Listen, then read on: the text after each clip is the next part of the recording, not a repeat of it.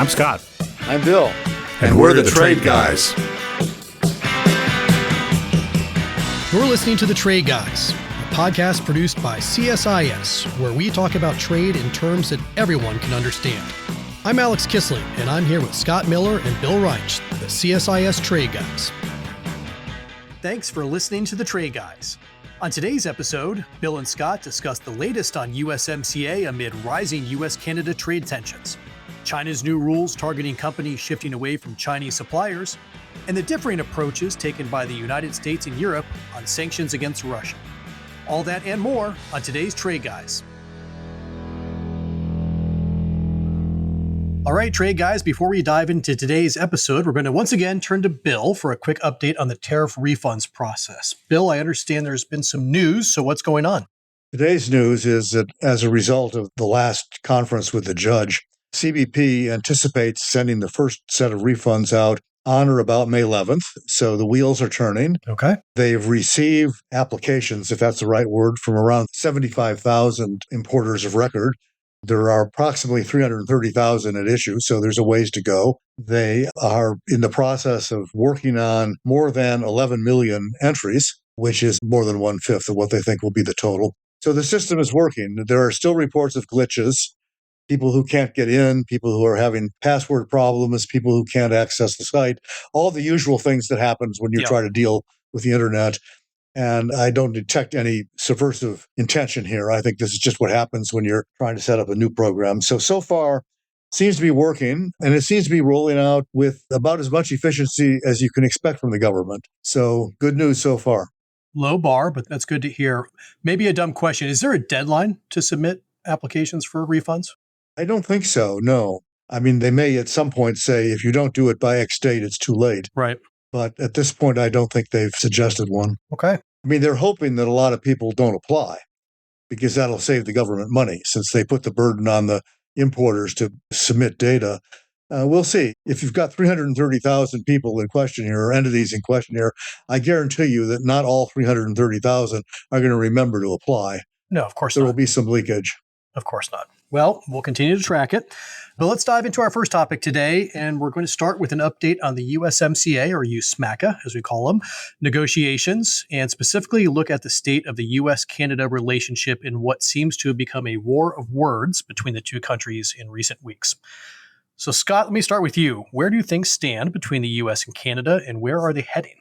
Okay, it's a very important question. As much as it sounds like a lot of petty squabbling, the U.S.-Canada trade relationship really matters, and the stability of that relationship, which really, in terms of free trade agreements, goes back to the Reagan administration when the U.S.-Canada free trade agreement came into effect. So it's a very old set of rules that have been modified and improved over the years, but it is rules because of the size of the two economies and the degree of commercial integration in companies between U.S. and Canada. A stable rule set is vitally important to almost every company that does business in North America. So it's way beyond just trade. The way to think about it is Canada and the United States make things together, and then we sell them to each other and the rest of the world. Mexico is added in there too, so you can say that about the whole of North America being essentially a production unit. We make things together, we sell them to each other in the world, and do it in a very competitive way. But that U.S.-Canada relationship has been stable for a long time. Many companies might have taken it for granted, but nothing should be taken for granted in this era. Okay, now that's the commercial importance of what's going on here. I think it's fair to say in the first time in the Trump administration, 45, when we went through the conversion from the worst trade agreement ever, NAFTA, to the best, USMCA, about 90% of the U.S.-Canada terms and conditions did not change. And that was a very satisfactory outcome for many companies. We're in a different position now, and I think that's a reason for some concern. First, it appears to me that the Trump administration has continued its preference for dealing with Canada and Mexico separately. Yeah. They have separate issues. They're framing it separately. Now, over the years, Canada's been a large trading partner, and we've had our share of disputes. In fact, you tend to have more fights with the people you trade more with, and that's true in the U.S.-Canada relationship. But Canada, for at least since 1812 or so, has had a sort of a surefire way to get along with the U.S., One is to always be strong enough to resist the U.S. Pressures, but also at the same time to be relatively agreeable and willing to talk things out and willing to work together to achieve something. That second part seems to be missing from the relationship, and it seems to go both ways. There's a lot of tension, there's a lot of backbiting and sort of nastiness in comments on both sides. And some of it is very petty. Airline certification was a sort of petty bureaucratic error that got blown up. The presence of U.S. wine in Canadian liquor stores has been a thorn in the side of the wine producers in the U.S., but also continued sort of bureaucratic pettiness. But we don't seem to be solving problems, which is worrisome to me. I think U.S.-Mexico will have its own set of issues, own set of drama. That's where China figures more significantly in how the trade is governed between the U.S. and Mexico. But the U.S.-Canada relationship appears disrupted for the wrong reasons. Bill, how worried are you? Well, it's hard to do this with a straight face. This is a classic case of life imitating art. Some of you that are of a certain age may remember John Candy's last movie in 1995, Canadian Bacon. And the plot of that movie is an American president with sagging approval ratings, played by Alan Alda, decides to threaten a war with Canada in order to boost his popularity. Does this sound familiar at all? The movie does not end happily for the president, by the way, who loses the election in a landslide. But it did end happily for John Candy, who plays a sheriff in Buffalo, who ends up saving the day, if you will, or at least part of the day. Directed by Michael Moore, of all people. Is that right? Yes. Yeah. And there's a wonderful anti-Canadian commercial in it about how evil Canadians are. And it's the voiceover announcer goes, "Canadians, they walk among us." And they show photos of famous Canadians like William Shatner. Alex Trebek, yeah. Michael J. Fox. It's There's a lot of them. Quite a roll of honor. Yes. I met with some Canadian members of Parliament earlier this week, and they didn't have a lot to say about the agreement. I mean, they were mostly in listening mode for that. But they reminded me of something that I hadn't thought about in a long time, that if you think about their history from the Canadian standpoint, the core of it was really founded by loyalists who opposed the American Revolution and supported the king and were leaving America because of that. And fears of an American invasion were a common thread through Canadian politics and Canadian public opinion for at least a century. So a lot of people are not entirely surprised by what's going on up there. They're not happy, but they're not surprised. I was a little surprised because I thought that Trump's animosity was based on Justin Trudeau, and that once Trudeau was gone, things would settle down. Well, he's gone and they haven't settled down. And I think it's for multiple reasons that then we'll get back to what Scott was talking about in the substance. It's the one country where Trump knows he has a whole lot of leverage. Geography doesn't give them a lot of choice, but to trade extensively with the United States. Their economy is dependent upon ours. They know it. We know it. We're a lot bigger than they are. And the Trump tendency always is, if you have an advantage, is to push it and push it as far as you possibly can. So that's what he's doing. He's also dealing with the prime minister, who is one of the very few in the world that stood up. Right. The Chinese retaliated and Canada retaliated, not as extensively as the Chinese. And then Carney gave this speech in Davos where he talked about the need for middle powers to get together and assert themselves. He's been kind of poking the bear, if you will. And the reality is that I think this administration, actually most administrations, never understand is other countries have domestic politics too. It's not just us. Right. Carney's an elected leader. He has to care about Canadian public opinion more than he has to care about American public opinion. And Canadian public opinion now is fairly solidly behind him. There was just a poll that came out yesterday or today that said, I think 51% think he's handling this the right way, which is up from mid-40s a few weeks ago. So the trend line there is supportive of Carney. And I think the signals he's getting from his voters are that he's doing the right thing. I'm not worried about the threat to negotiate separately with the two countries. If you listen to the rhetoric, there's been a change. In the fall, there was talk about having two separate agreements. Most recently, Ambassador Greer has been talking about having separate side letters with each country, which actually is quite sensible because the issues that we have with each country are not the same. What does that mean in practice? Well, it means that we would tackle individual issues through separate bilateral discussions. The Mexicans don't care about lumber, and that's a huge issue with Canada. The Canadians don't care about Mexican tomatoes. So a side letter would be like an annex. Yeah. That applies only to the two parties. Yes, it would be an annex to the agreement. Now, it does raise a question of kind of an interesting question that people have not been talking about much yet, which is if there is an agreement reached, whether it would have to go back to Congress. And the administration has been reluctant to send agreements to Congress, as was the last one. This is not simply a Trump thing. My view is that if they change the rules of origin with respect to anything, but obviously autos being the main issue, that probably would require congressional judgment because I think the existing rules of origin are at least referenced in the agreement. So they might have to go back to Congress on that. But the side letters would probably be a way of dealing with issues that are uniquely bilateral. And in the Canadian case, the big three, not in order of importance, are lumber, dairy, and some digital issues. The biggest digital issue, which was Canada's digital service tax, went away. The Canadians bowed to Trump threats and have gotten rid of it. But the new one that he's worried about is provision in Canadian law that requires foreign media to contribute to a fund that will support the creation of Canadian media content.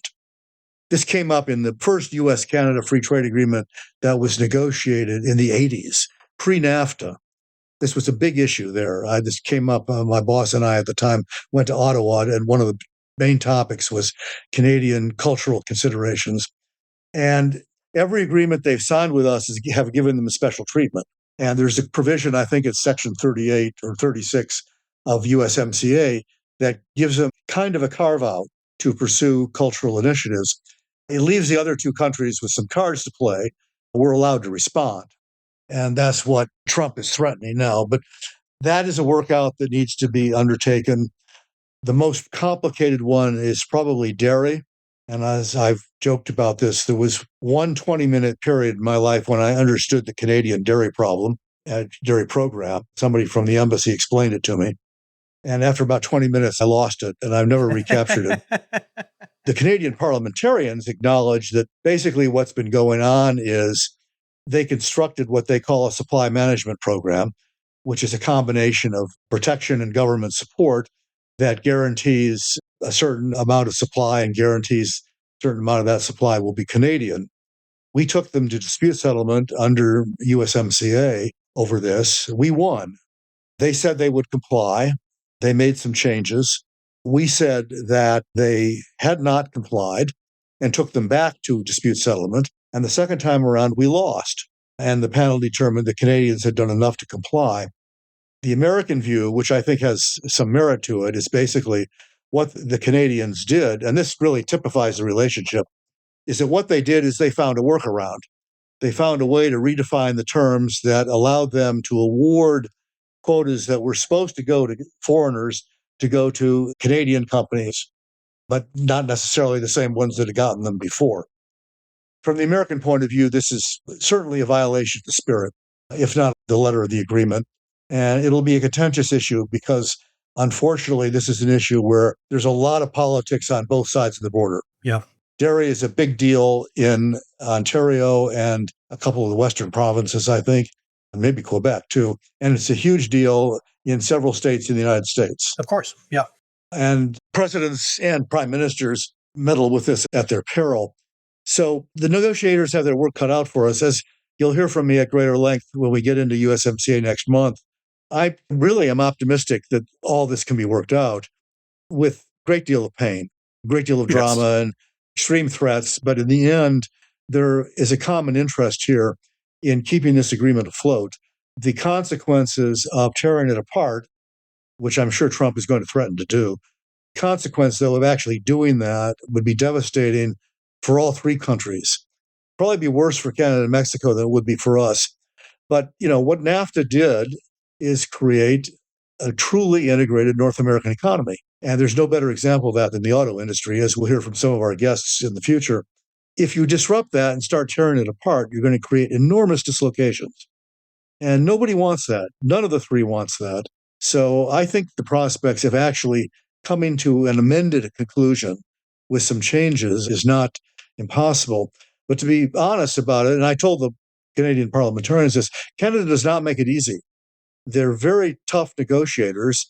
They don't give ground easily. And when they do it with the greatest reluctance. And it's not going to be a pleasant experience for either side, I'm afraid. Yeah, Bill, as you previewed, USMCA is going to be a big focus of our episodes throughout the month of May. So we'll have much more to come on this in the coming weeks. But I do want to turn now to spend a little bit of time examining the new 18-point set of regulations enacted earlier this month by China that aim to penalize foreign companies for moving supply chains outside of the country. Bill, this was a big move that has been heavily criticized by some in the foreign business community, but give us some context on why exactly China put these regulations in place and what do they do in practice? I think the primary thing that China is getting concerned about, and this is only one element of these regulations are only one element of the bigger picture, is what they're nervous about is the building of a global anti-China coalition. Yeah. And they see this happening now. The overcapacity issue has become not just a U.S. problem or not just an EU problem, but it's rapidly becoming a global problem in developing countries all over the place. Brazil, even South Africa, both BRICS countries, by the way, Indonesia, Mexico, they're all realizing that China's export overcapacity policies are really undermining their own industries. And so there's a growing concern that countries are going to take on their own, already starting to take adverse actions, mostly tariffs, against China for these activities.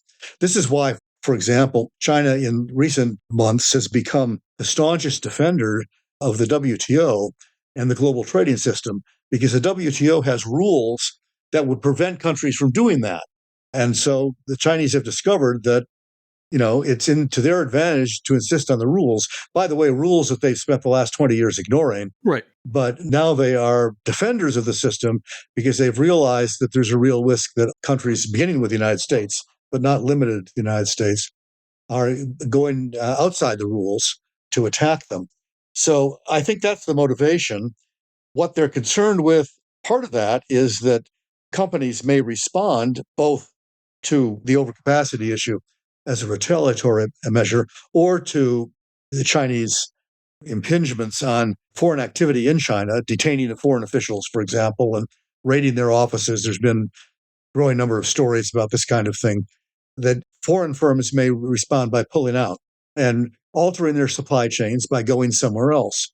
And that's been happening. In fact, the irony is that Chinese companies themselves are doing the same thing because of the environment in China. But that's not the target. The target is foreign companies. And one of these regulations gives the Chinese authority to take action against companies that are doing things that might, and let me read the quote here, that might endanger Chinese national sovereignty, security, and development interests, or harm the legitimate rights and interests of Chinese citizens and organizations. That is, by the way, that's a quote, and that's a typical Chinese regulation. Their regulations are famous for their ambiguity. They say, you can't do things that will endanger our sovereignty. Well, what does that mean? And most countries try to put into law a definition of what that means, so companies have some idea of what they're supposed to do and not do. And the Chinese approach is the opposite, which is, we're not going to define that in advance. We will tell you when you have violated the rule, and we will tell you what we're going to do about it. And in this particular case, one of the tools they have is to put the company on what is called a malicious entity list, which then would subject the company to penalties such as visa restrictions, cancellations of authorizations to work there, seizure of property assets, including digital assets, and of course, fines, and I think potentially other penalties, detention of officials, and things like that. So what the Chinese are sort of saying is, at one level, if you try to do things that will disrupt our economy by leaving or cutting us out of your supply chains, we now have a tool that will allow us to retaliate against you. This went into effect April 7th, so it's too soon to say what they're going to do with it. The other element here is there's two regulations. And what the other one does is to create a structure for countering the extraterritorial application of other people's laws. And of course, the prime suspect here is the United States.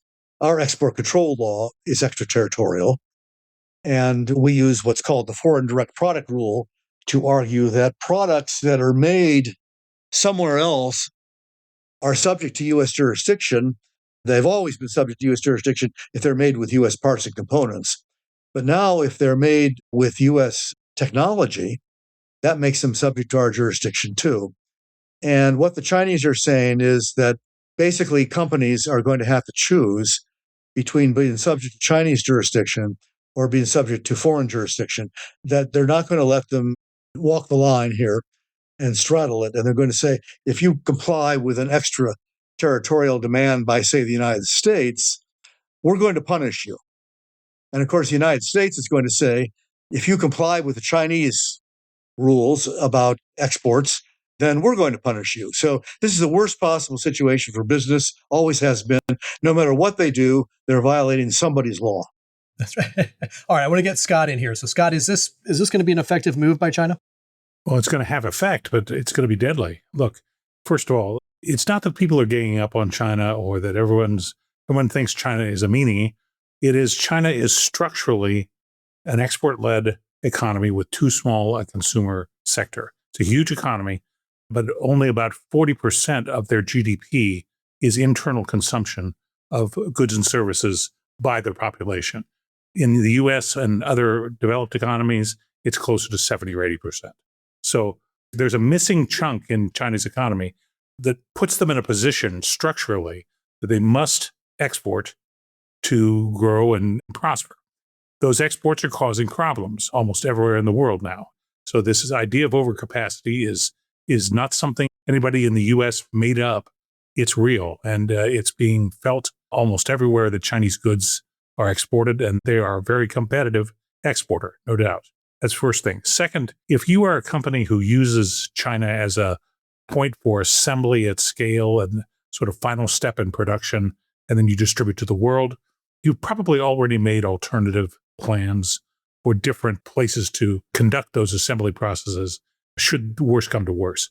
The companies that will have the most difficult time with this regulation, in my view, are the ones who are in China to serve the Chinese consumer. So take as an example, Yum Brands, Louisville, Kentucky, famous company, best known as Kentucky Fried Chicken and other fine fast food.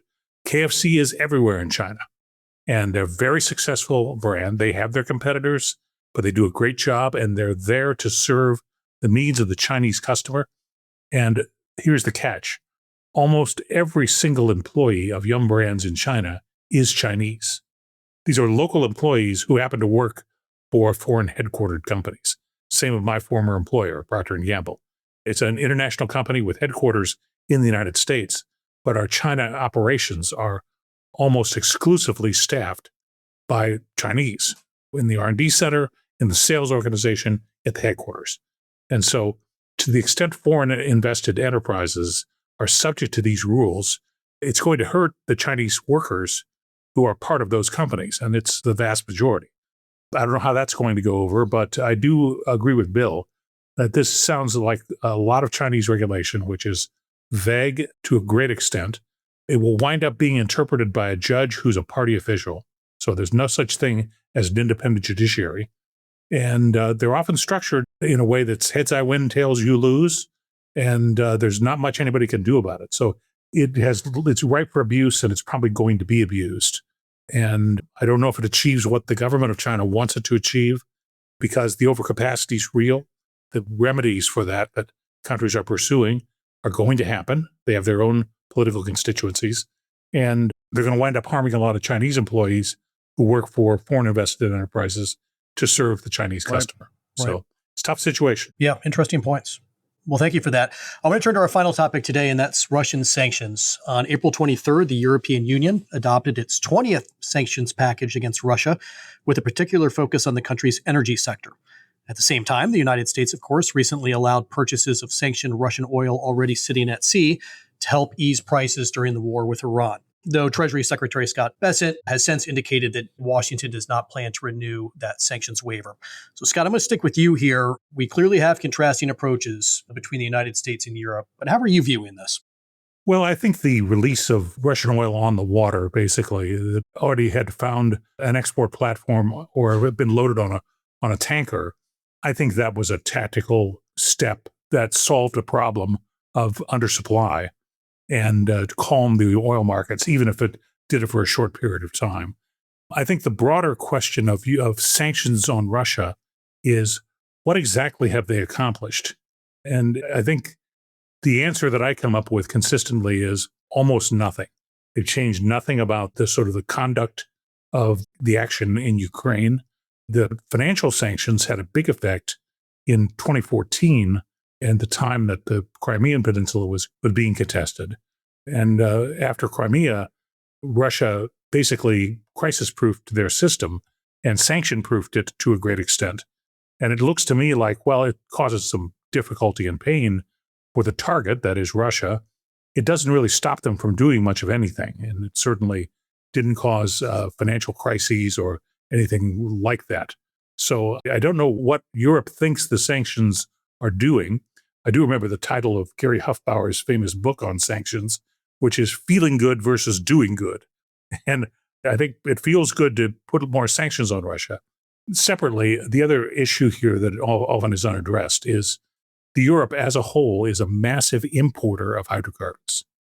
Natural gas in particular, but also crude oil. Right. They import about as much hydrocarbons as an entity, the EU, however many there are these days, but that bloc imports about as much as we consume in the United States of natural gas. So it's a big number that they're importing somewhere from some source.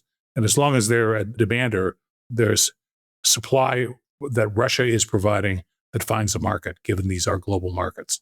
So I'm not sure what they're doing. They are demonstrating a desire to go in a different direction. Whether it's having an effect or not doesn't look like it to me, but Bill may be a closer student of the actual sanctions and their effect. Bill, what's your take? Well, I think it's the United States that's taken a slightly different direction lately with its own waiver, Yes. which may or may not due to expire May 16th. We'll see if it gets extended or not. If it's not extended, it's just a temporary blip, and we're making much out of little in this episode. But to me, the one noteworthy thing is this sanctions package from the EU. This is the 20th sanction package, okay?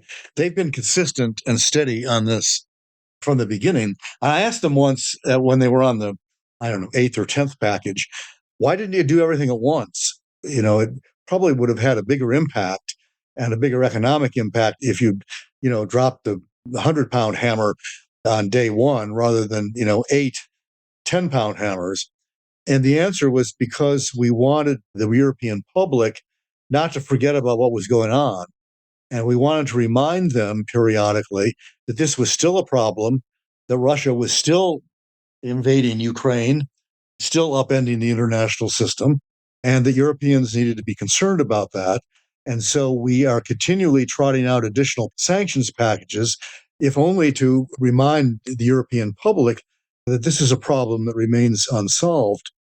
I thought that was interesting. I mean, I admire the strategy, and I think from the standpoint of European public opinion, that's probably had some success. Part of me still thinks that if they had done it all at once, it might have had a sharper impact on the Russians. Right. If you look at Russia's economic data, assuming you can believe their data, which is always a question, Sure. I think it's fair to say that the sanctions collectively have had a significant negative impact on the Russian economy. There's no question about that. But that has not altered Putin's plans, or it's not altered his actions. Yeah, the behavior hasn't changed at all. No, the objectives haven't changed. It hasn't really affected the war. Right. And this gets back to the Hofbauer thesis. We can all pat ourselves on the back for having done the right thing, but we haven't really changed anything yet. Maybe we will. I mean, maybe there's a tipping point, but Russia's not a democracy anymore. People don't get to vote in any meaningful way to change the leadership. So I suspect it's not going to have an immediate impact. I still am baffled, though, and maybe Scott can comment on this. I'm not entirely sure why the U.S. did what it did with the waiver. I mean, it's projected to produce an increase in Russian revenue, oil company revenue of up to $200 million a day, which is not peanuts. And we're giving them this sort of gift. And I don't quite understand why. I mean, it doesn't seem to me it's having that much of an effect on global oil supply. As you pointed out, Scott, oil prices have reached record highs now. Well, 4-year highs. And I don't see that coming down because of Russian supply. So why did we do this? I believe it was an attempt to stabilize what prices when they were spiking. And it may or may not have done that, but it did provide more supply on the market. And there is a supply shortage because of the restrictions on Iran's exports. So there was an attempt to balance it. And it's probably the least negative of all options. There aren't a lot of good options when it comes to those kinds of actions. So I'm not sure it was a crazy thing to do or an ineffective thing to do, given that there are major hydrocarbon shortages, particularly in Asia.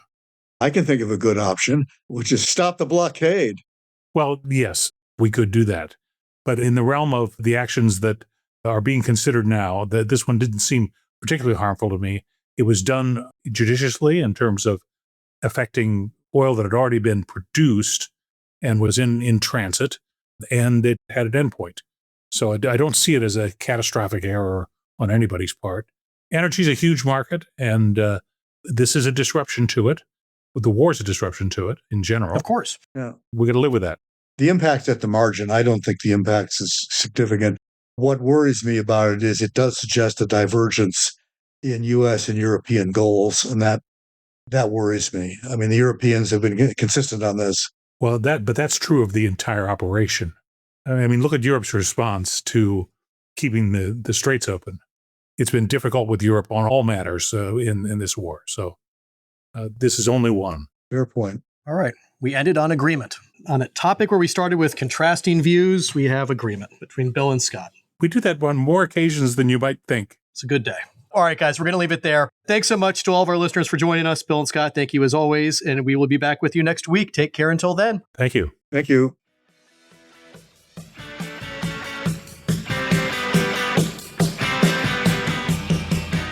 You've been listening to The Trade Guys, a CSIS podcast.